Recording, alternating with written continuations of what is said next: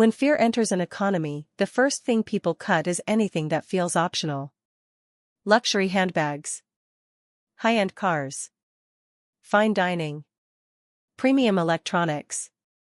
The data is brutal here. During the 2008 financial crisis, luxury retail sales dropped by over 10% in a matter of months.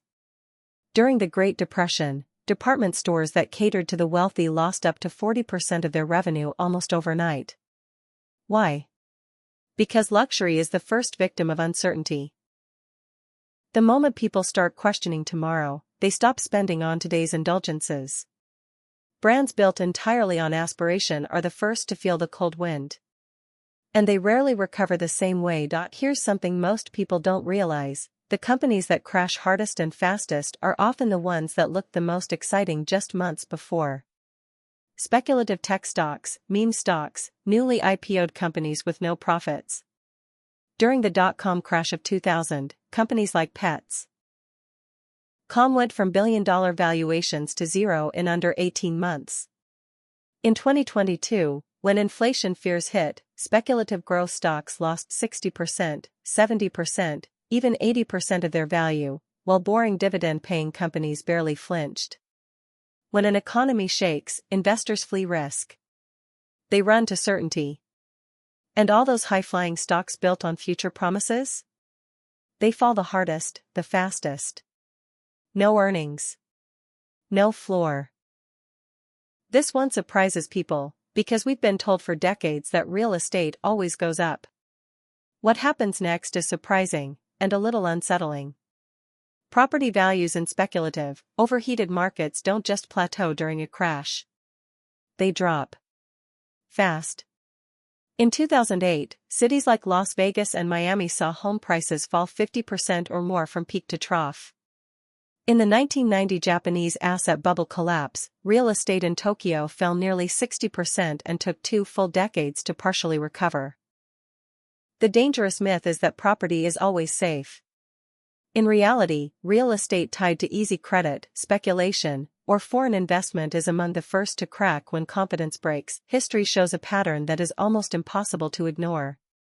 When governments panic, they print money. And when they print money, every dollar, every euro, every peso in your wallet quietly buys less. This isn't a future fear, it's a present reality in country after country. In Weimar Germany in the 1920s, prices doubled every few days. In Zimbabwe in 2008, inflation hit 89.76%. Even the United States lost over 20% of the dollar's purchasing power between 2020 and 2023. Currency devaluation is silent. It doesn't feel like a crash, but it is one. It robs you slowly, invisibly.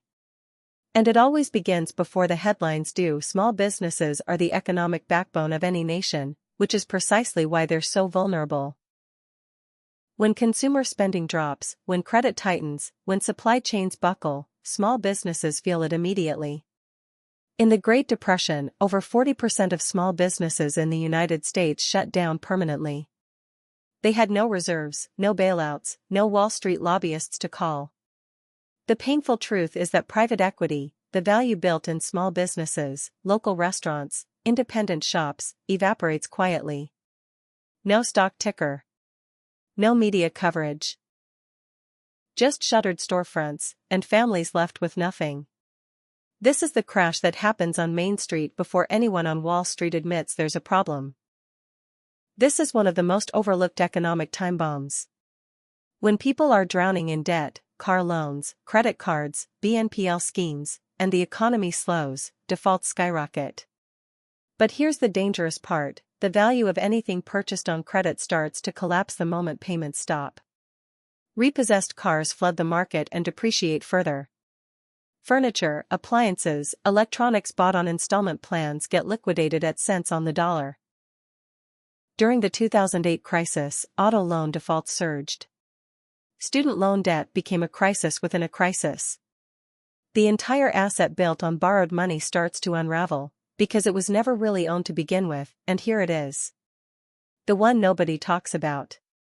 When economies crash, entire industries don't just shrink, they disappear. And with them, the value of the skills built over years, sometimes decades. Travel agents, print journalists, factory workers in automated plants, retail workers in dying malls. During the Industrial Revolution, the Great Depression, and every major technological disruption since, the skills of millions of people became, almost overnight, worth far less than they were the day before. Right now, AI is accelerating this process at a pace we've never seen. Your most valuable asset isn't your savings account. It's your ability to stay relevant. And that value is under threat faster than almost anything else on this list.